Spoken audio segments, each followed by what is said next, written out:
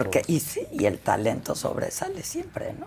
Bueno, para hablar de la situación jurídica de los Chapitos, de su padre también, del Chapo, del Mayo Zambada también, vamos a hacer contacto con mi querida amiga periodista Anabel Hernández. ¿Cómo estás, Anabel? Ahora sí que suéltate, ¿Qué tal, porque mira, Adela? ¿Qué tal? Muy buenos días, tardes, días por allá, tardes por donde estoy. ¿Qué tarde, tal? Gusto en saludar. algún lugar del mundo, en algún lugar del mundo.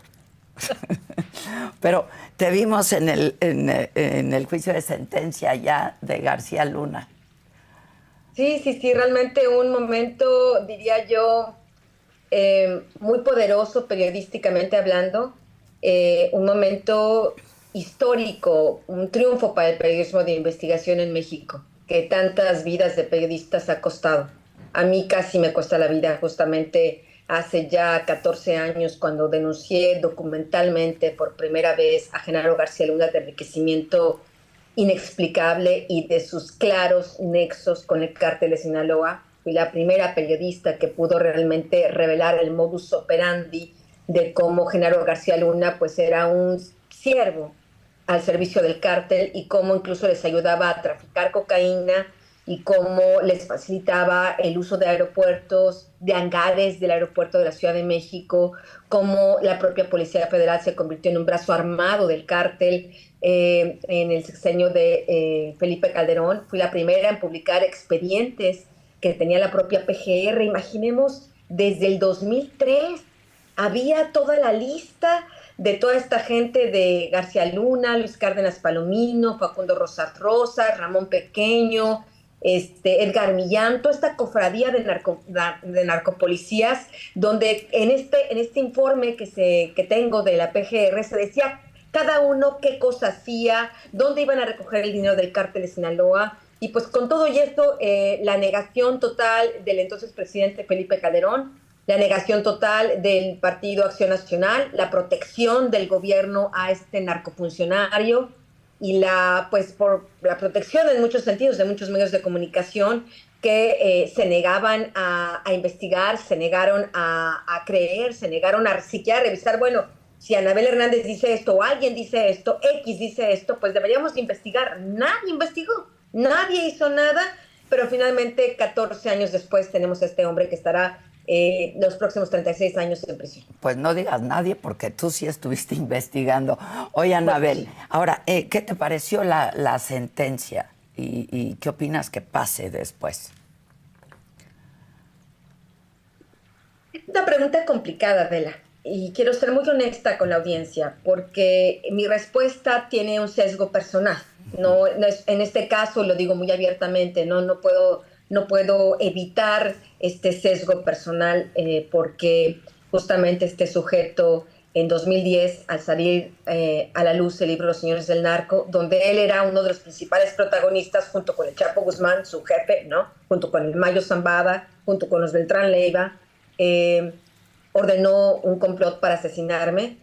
Hubo ataques armados contra mi familia, contra las personas que más quiero, mi madre, mis hermanos, apuntándoles con la cabeza. Hubo un ataque armado al lugar donde vivía entonces, en 2013, de 11 policías armados que encañonaron a mis vecinos. De todo esto que estoy diciendo hay largos expedientes, hubo persecuciones en restaurantes, hubo una serie de cosas a causa justamente de haberme atrevido a poner el dedo en la llaga y a documentar y probar que este hombre estaba al servicio del narco junto con muchos funcionarios públicos que todavía se quedaron en el sexenio de Felipe Calderón, de Enrique Peña Nieto, y todavía que están, por cierto, en gobierno de López Obrador y ahora en el gobierno de Claudia Sheinbaum. Son una cofradía de narcopolicías que, digamos, es la típica parte de las cloacas en México, que no importa el partido político, siempre están al servicio del poder y están siempre dispuestos a hacer el trabajo sucio, que esa realmente, digamos, el principal mérito de Genaro García Luna para haber hecho carrera en el CISEN, para haber estado en posiciones importantes con Ernesto Zedillo, para haber llegado a ser el titular de la AFI con Fox y para llegar a ser el secretario de Seguridad Pública Federal con Felipe Calderón, de hacer el trabajo sucio. Siempre el sistema, el narcosistema, el sistema criminal, siempre necesita a alguien que haga el trabajo sucio, y ese ha sido García Luna junto con todos sus cómplices. Entonces fueron años muy difíciles, así que cubrí el año pasado el juicio. El juicio, claro. Estaba ahí así como con el corazón que se salía del pecho, ¿no? Cuando el jurado, esta persona del jurado, a nombre del jurado, iba a leer el veredicto, realmente pensaba, habrá justicia, será otra artimaña del abuso de poder, etcétera, etcétera. Y finalmente se declaró de todos los 5 cargos muy graves, todos ellos de narcotráfico y empresa criminal continuada, y incluso falsedad de declaraciones. Y finalmente, este 16 de octubre, el juez Kogan le dicta sentencia de 38 años, que al final de cuentas se reducen a 33 y se le quita los 5 años que ya lleva detenido. Entonces, en realidad será 33 años de prisión, estará saliendo a los 89 años de edad el señor García Luna cuando termine de purgar su condena. Hay compañeros, hay personas que piensan que fue muy poco, hay, como el propio García Luna y su abogado, los muy cínicos que piensan que fue mucho, que debió haber sido declarado inocente, o de a perdis máximo 20 años de prisión. Sí. Uh-huh. Yo como víctima puedo decir que para mí la justicia fue servida. Para mí 38 años de condena son lo suficientemente razonables para sentir que víctimas como yo han tenido justicia en esta sala del Distrito Este. Anabel, ¿qué investigaste tanto al personaje de García Luna? ¿Tú sabes algo de esto que en algún momento dijo el expresidente López Obrador, en el sentido de que García Luna había tenido que ver con el asesinato de Colosio? Yo no tengo ninguna prueba, ningún expediente. Dato. En todo lo que estuve investigando de él, yo no encontré nada al respecto. Ignoro sobre estas investigaciones. Ya. Ahora, seguramente escuchaste, leíste las declaraciones del expresidente Calderón diciendo que él no conocía nunca, que nunca supo de esta doble vida de García Luna, pero que sí reiteró que volvería a actuar con la misma firmeza frente al crimen organizado. Bueno, aquí habría que dejar de repetir honestamente falsedades. Creo que una de las grandes falsedades que ha vivido México en la historia reciente es esta de la llamada guerra contra las drogas que dice Calderón que declaró, ¿no?, supuestamente para salvar al pueblo de México, con bastantes resultados negativos. Pero eso no fue verdad. No hubo una guerra contra el narcotráfico en el sexenio de Felipe Calderón. Lo que hizo el gobierno de Felipe Calderón es coludirse con el cártel de Sinaloa y utilizar la fuerza del Estado para participar en una guerra entre narcos, donde el gobierno tomó partido y evidentemente la fuerza del cártel de Sinaloa con la fuerza armada del gobierno causó muchos más estragos y violencia. Y los otros, del otro lado, dijéramos que eran principalmente en un inicio los Zetas y después los Beltrán Leiva unidos, que también tenían su propia capacidad de fuego. Pues imaginemos el choque de titanes del gobierno con el cártel y estos dos Zetas y Beltranes unidos. Imaginemos, esto fue lo que a partir de 2008, 2009, 2010, 2011, 2012 causó todo este baño de sangre, porque el gobierno era parte. No era parte de la solución, era parte del problema, siempre lo fue. Calderón no puede decir que él no sabía. Yo lo sé a ciencia cierta, que al menos él sí se leyó el libro de Los cómplices del presidente en 2008, que fue la primera vez que empecé a documentar las corruptelas de Genaro García Luna, todo su negro historial, los primeros señalamientos que estaba involucrado con el cártel de Sinaloa, y por supuesto en el 2010 con el libro de Los señores del narco. El mismo 2010, Edgar Valdés Villarreal, alias La Barbie, como 3-4 días antes de que terminara el sexenio de Calderón, me envió una carta a mí, Anabel Hernández, como investigadora de estos temas. Es una carta que yo publico en forma de noticia ahí en el periódico Reforma, en primera plana, donde la Barbie pues no solo dice que por supuesto le entregó dinero contante y sonante, millones de sobornos a García Luna y a todos estos policías corruptos que he señalado ya, Luis Cárdenas Palomino, Facundo Rosas, Ramón Pequeño, etcétera, etcétera, y que también, según la Barbie, el propio Calderón había encabezado reuniones de narcotraficantes. El señor Felipe Calderón no puede decir que no sabía. El problema es, tal vez lo que no puede decir es, yo estaba involucrado, yo era parte de la complicidad. Ya. Ahora, ¿cómo ves, Anabel, esto que ha dado a conocer el Chapo, ¿no? Que quiere el ex líder, el Chapo Guzmán, enviando una moción de apelación solicitando un nuevo juicio por un lado, y por otro lado sus hijos que los chapitos que piensan declararse culpables, muy probablemente, y llegar a un acuerdo con la fiscalía? ¿Qué piensas de esto? Porque todo está pasando al mismo tiempo, ¿no? En realidad, esta es una historia continua de toda esta historia que he venido narrando a lo largo de todos estos libros de investigación, Adela. En el último libro de la historia secreta, AMLO y el cártel de Sinaloa, justamente revelo una cosa que yo no sabía. Cuando hago la entrevista a Damaso López Serrano, alias el Minilic, en octubre del año pasado, que no olvidemos que era el ahijado del Chapo, era hijo de uno de los principales lugartenientes del Chapo, el licenciado Damaso López Núñez, quien fue el mismo que lo ayudó a crear toda estructura de sobornos en Puente Grande para poder escaparse, etcétera, etcétera. Minilic, Damaso López Serrano, me revela que en realidad el Chapo Guzmán, cuando ya es extraditado a Estados Unidos, él sí había pensado colaborar. Uh-huh. Él en un principio no había pensado quedarse callado y no digo nada, no.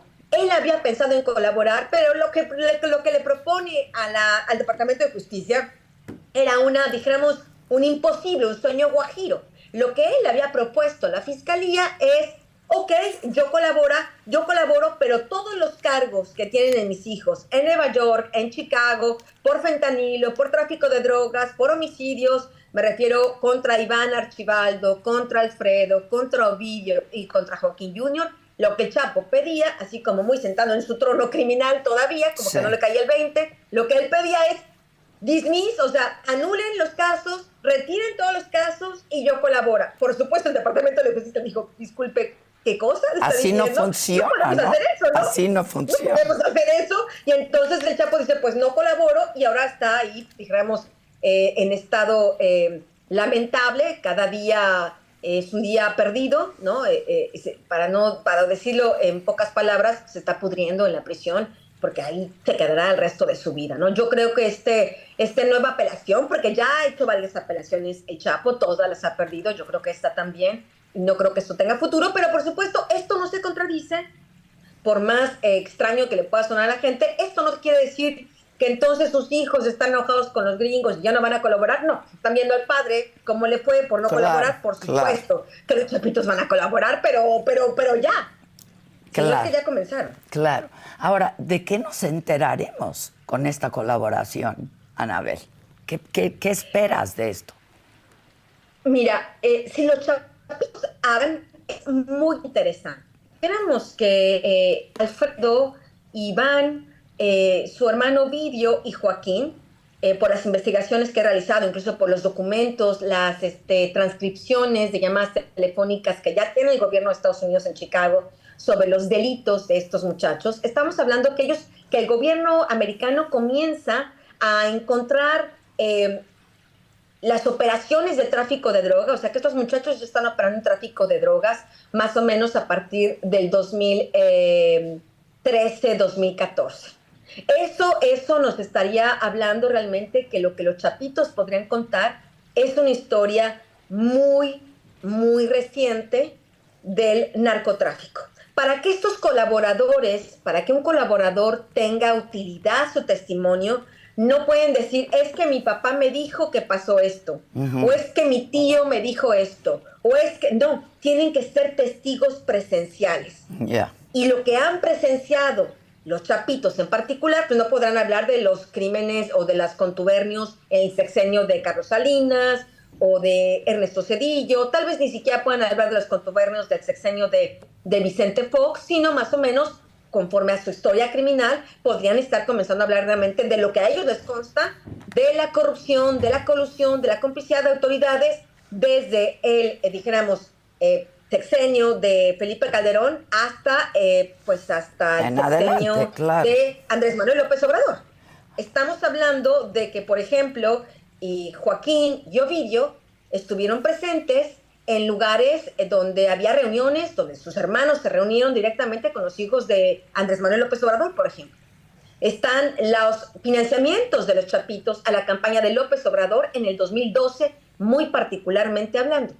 Está el tema de el financiamiento de la campaña de Rocha Moya en el 2021, que ellos directamente se reunieron con la gente de Rocha Moya, se reunieron con Rocha Moya, hicieron realmente operaciones de secuestros, de intimidación de opositores el día de la elección para que Rocha Moya pudiera ser electo. Entonces estamos hablando realmente de si los chapitos hablaran, principalmente afectaría a los más recientes gobiernos. Y más aún, si me permites dejar sobre la mesa para tu siguiente pregunta. Sí, sí. El gobierno de Estados Unidos solo podría estar interesado en aquellos delitos que no prescribieran. Claro. En el caso de Felipe Calderón, han prescrito, porque los delitos de narcotráfico prescriben en 5 años. Claro. Lo de Calderón, pues ya prescribió. Lo de Enrique Peña Nieto, ya prescribió. Sí, claro. ¿Qué es lo único que no ha prescrito? López Obrador. El sexenio de López Obrador. Claro. Y para que lo puedan usar, si no, no les interesa, ¿no? No hay trato. No hay trato. Si me vas a contar de lo que pasó hace 20 años, pues muchas gracias, porque yo lo meto en los análisis de la historia, pero a mí, jurídicamente, criminalmente, no me sirve porque no puedo meter a nadie a la cárcel por esto. Sí, sí. Tienes que darme nombres de funcionarios, de cómplices, que número uno sean más grandes que tú. No me digas del Nini, porque al Nini de todas maneras ya lo tengo ahí extraditado. No me interesa que me digas de tus sicarios. No me interesa que me digas de los que están arriba de ti. Y uno de los que estaban arriba de los chapitos, pues era sin duda alguna Rocha Moya, varios morenistas, muchos morenistas, y por supuesto López Obrador. Que ya viste lo que pasó, ¿no? En relación a el secuestro, primero la detención después de Mayo Zambada y del asesinato de Cuen, lo que dijo la Fiscalía General de la República, confirmando lo que había dicho el Mayo en su carta, ¿no? O sea, más le creemos a un criminal que a una... Ese es mi punto, Adela. Cuando yo hago mis investigaciones periodísticas y encuentro testimonios judiciales de narcotraficantes y voy y los corroboro, cuando entrevisto a narcotraficantes o ex narcotraficantes y voy y corroboro sus testimonios, pues estos se corroboran. Entonces, por eso es el peso de esto, del testimonio de estos criminales, por supuesto, cuando está concatenado con una serie de pruebas, de otros testimonios, etcétera, etcétera. Sí, es increíble que el Mayo Zambada pues haya sido, dijéramos, más honesto que el propio gobernador de Sinaloa, ¿no? Para empezar. Sí, es que eso es lo que resulta increíble, ¿no? Resultó que la Fiscalía General de la República... Donde yo pienso que a veces los funcionarios públicos, al menos esa siempre ha sido mi postura desde siempre, hace 20 años que investigo estos temas. Para mí, si me pusieras en el banquillo, ¿quién era más culpable, el Chapo o García Luna? Yo te diría que García Luna, porque el Chapo, como quiera que sea, era un criminal. Estaba supuestamente ahí a salto, supuestamente porque sabemos que ya tenía protección, no tanto, pero como quiera que sea, el mundo lo veía el se busca y se decía, este es el criminal. El problema era el otro que fingía no ser criminal. Que tienes y que un compromiso. Estaba en la cama, en la mesa, en el mismo negocio. Para mí son peores. Sí, tienes un compromiso con la sociedad, sin duda, ¿no? Ahora, en el juicio que va a iniciar el año que entra del Mayo Zambada, ¿qué esperarías tú, Anabel?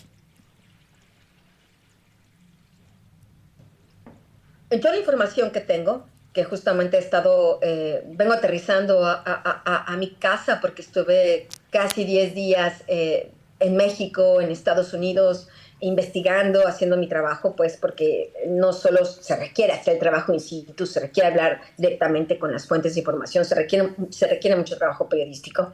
Y a mí lo que me informan es que el Mayo Zambada ya estaría colaborando, ya estaría empezando a colaborar con el gobierno de Estados Unidos. Y me parece que si esto es así, estaríamos realmente en una situación muy similar a la que pasó con Vicente Zambada Niebla, donde el juicio nunca se llegó, donde se citaban audiencias que después se fueron posponiendo y posponiendo y posponiendo mientras se llegaba al acuerdo de culpabilidad, donde finalmente hay un acuerdo de culpabilidad que a veces se cierra, nadie sabe en realidad hasta muchos años después en qué consiste este acuerdo de culpabilidad, qué es lo que a cambio dará el Mayo Zambada, etcétera, etcétera, qué es a cambio de lo que el gobierno de Estados Unidos le podría llegar a dar si su colaboración es útil. Y es ahí donde empezamos un poco en una especie de hoyo negro, porque a veces esas cosas, este tipo de información no se conoce, se mantiene bajo sello y no se conoce. O sea, si es así, tardaremos tal vez un año en saber exactamente qué fueron las colaboraciones del Mayo Zambada. Lo podríamos ver cuando comiencen a abrirse indictments, acusaciones criminales en contra de u otros narcotraficantes o políticos de México. Creo que estamos en opción A. Y una opción B, dijéramos que el Mayo Zambada no colabora, se va a juicio, pues sería muy interesante porque en ese momento tenemos la oportunidad de seguramente escuchar testimonios realmente escalofriantes, no solo de cómo opera el cártel y su violencia, sino todas las conexiones políticas, como ocurrió con el juicio del Chapo Guzmán o como ocurrió con el propio juicio de Genaro García Luna. Veamos qué es lo que pasa. Pero pienso yo que el Mayo Zambada no querrá ir a juicio justamente porque además arriesga la condena ya no perpetua como su amigo y socio, sino Sí. de pena de muerte. Oye, y hablando de amigos y socios, estaba yo leyendo algunos trascendidos en estos días, Anabel, y se habla de la posible, no sé si fusión, llamarle así, ¿no? Pero el hecho de trabajar juntos el cártel Jalisco Nueva Generación y el cártel de Sinaloa, eso sería una cosa inédita, considerando el tamaño que tiene ya de por sí y la importancia que tiene de por sí el cártel de Sinaloa. No sé si tú sabes algo al respecto. Yo he estado reporteando sobre eso, vi las noticias que salieron en algunos cuentas de redes sociales, una cosa por el estilo. Vivir más o menos lo mismo que tú viste, ¿no? Y me puse a reportear con la gente que conozco, que tiene el termómetro ahí, que se puede obtener información pues en tiempo bastante real de lo que pasa allá adentro. Y a mí lo que al menos hasta la semana pasada, y sí quiero ser muy, muy específica, hasta la semana pasada no había este tipo de acuerdos, sino que más bien lo que está ocurriendo es que esta disputa entre los mayos y los chapitos, evidentemente los mayos mucho más debilitados y los chapitos que van ganando esta guerra, ¿no? Hay espacios, por ejemplo, que los mayos tenían controlados como Zacatecas, que algunos grupos de choque, algunos grupos armados del Mayo se tuvieron que desplazar hacia Sinaloa para ayudar a los mayos a defender la plaza, y eso permitió que Cártel Jalisco Nueva Generación aprovechara esas debilidades. Lo que me informan es el cártel Jalisco querrá aprovechar la debilidad, los puntos débiles de los dos que están en medio de la guerra y tomar algunos territorios que los chapitos vayan perdiendo, tomar algunos territorios que los mayos vayan perdiendo, pues para aprovechar la oportunidad. No olvidemos, Adela, que fue justamente el Mencho, líder del cártel Jalisco Nueva Generación, quien secuestró a los chapitos en Puerto Vallarta en 2016. Fue él directamente quien iba a asesinarlos. Sí. O sea, no me imagino, honestamente, que claro, en el pragmatismo del crimen, en realidad, sí, bueno, al final todo es posible, ¿no? Claro, pero claro. Al menos en este momento me parece muy difícil imaginar que los chapitos, humillados, hincados, a punto de morir, hoy estarían de socios con quien los iba a asesinar. Claro. Y los rescató el Mayo Zambada. Lo rescató el Mayo Zambada y lo rescató su papá. Ahí en el libro de la historia secreta, Minilik me cuenta exactamente qué fue lo que pasó y cómo el hijo del Mencho estaba en una prisión federal y el Chapo Guzmán manda a asesinar al hijo, que creo que era el Menchito, y le manda el mensaje al Mencho, hijo por hijos.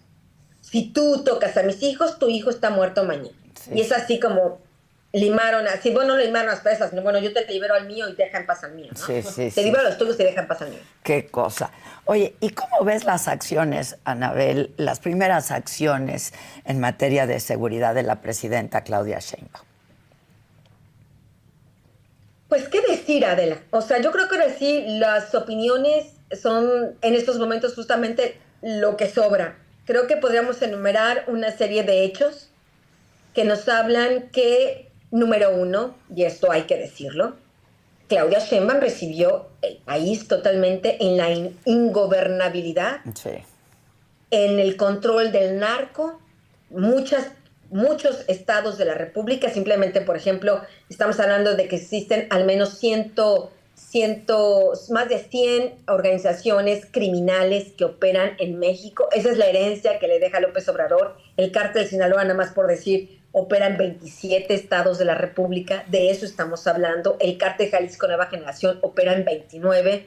Y entonces estamos hablando de que es una mujer, una heredera, pues bastante, en una posición bastante pues desfavorable, incómoda, pues porque ella debería de estar gritando a los cuatro vientos: discúlpenme, ciudadanos, me han dejado un desastre, esto va a tardar, porque en estos 6 años de abrazos y no balazos, el costo para la justicia, el costo para el combate al narcotráfico, el costo de que se fueron desmantelando unidades de inteligencia es de este tamaño, así que no me pidan milagros, haré lo que pueda. Pero como no puede decirlo, porque no puede atacar al prócer, ¿no?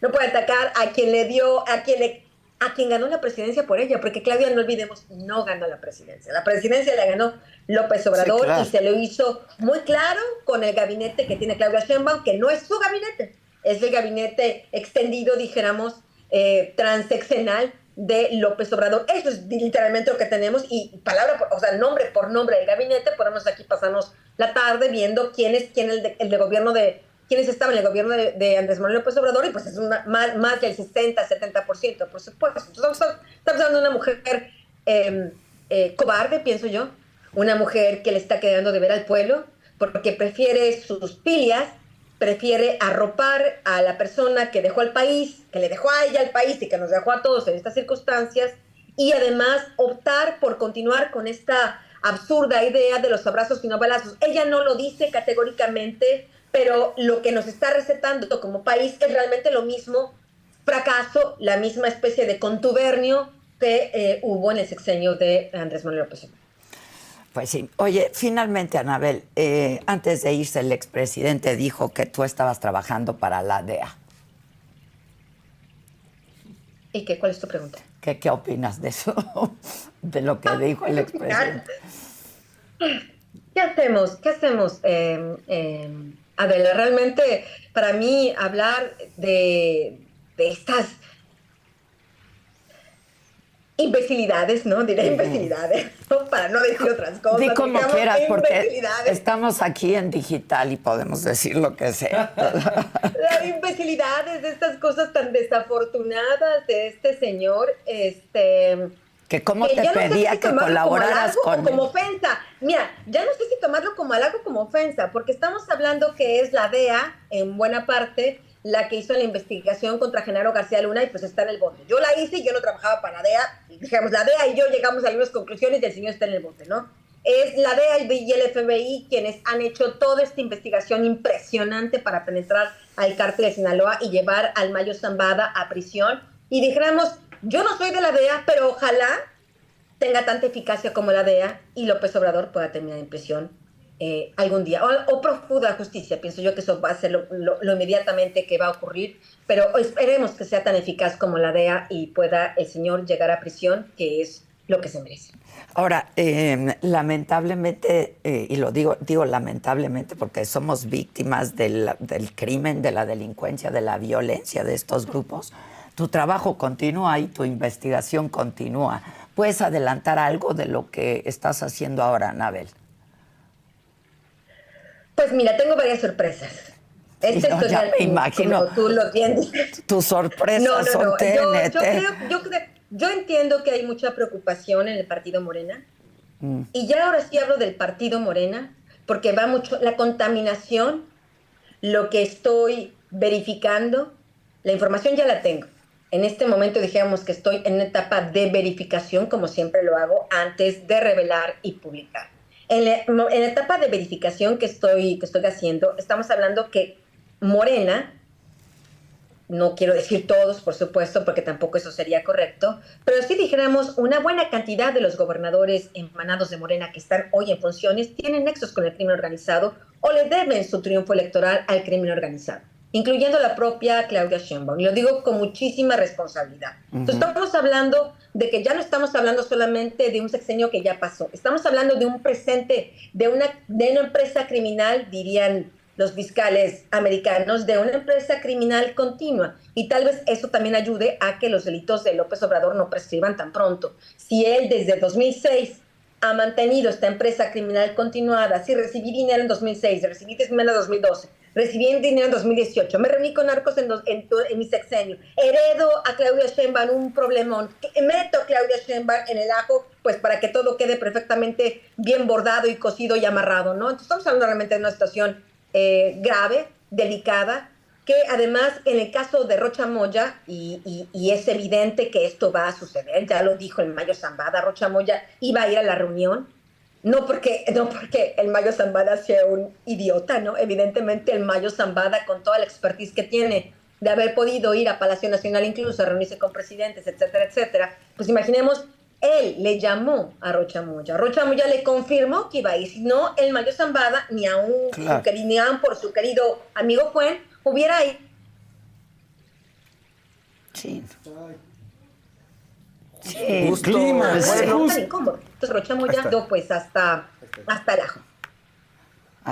Ahí está. No, se cortó. Se congeló la imagen, ¿Hola? pero puedes seguir hablando.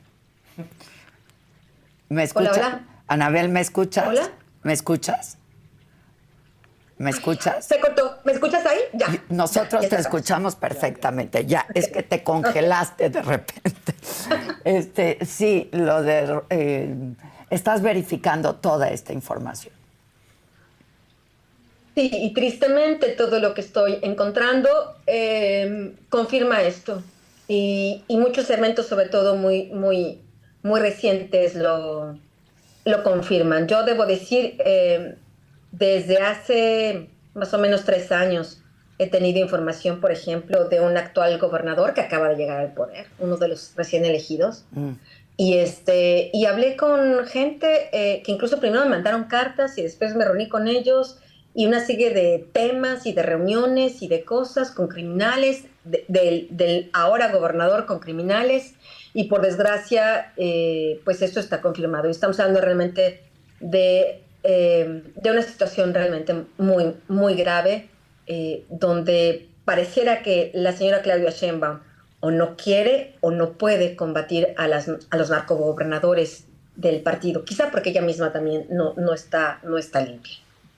Híjoles, pues te digo que tus sorpresas siempre son como explosiones de TNT, y no marca Acme. Así es que, si me permites, pues vamos a seguir hablando. La verdad es que esto nos tiene a todos, pues no solamente muy ocupados, a quienes nos dedicamos a informar a la gente, pero muy preocupados a la sociedad en general, ¿no? Es decir, se destapa la cloaca, y empieza a salir toda la porquería. Pero pues gracias por tus investigaciones. Yo me acuerdo pues cuando hemos hablado que te digo, pero Anabel, ¿por qué lo dices con tanta seguridad, no? Bueno. Esto es lo que digo, porque lo digo yo ahora. Es increíble que no sea López Obrador el que haya decidido decir la verdad, sino el señor Mayo Zambada. Sí. En esas estamos en este país, esas estamos. Donde los narcos dicen más verdades que los políticos. Sí, qué lamentable. Estamos, sí, lamentable. Ese es el nivel de la podredumbre. Lamentablemente. Te mando un abrazo y gracias siempre. Igualmente. Gracias, Anabel. Nos vemos pronto. Gracias.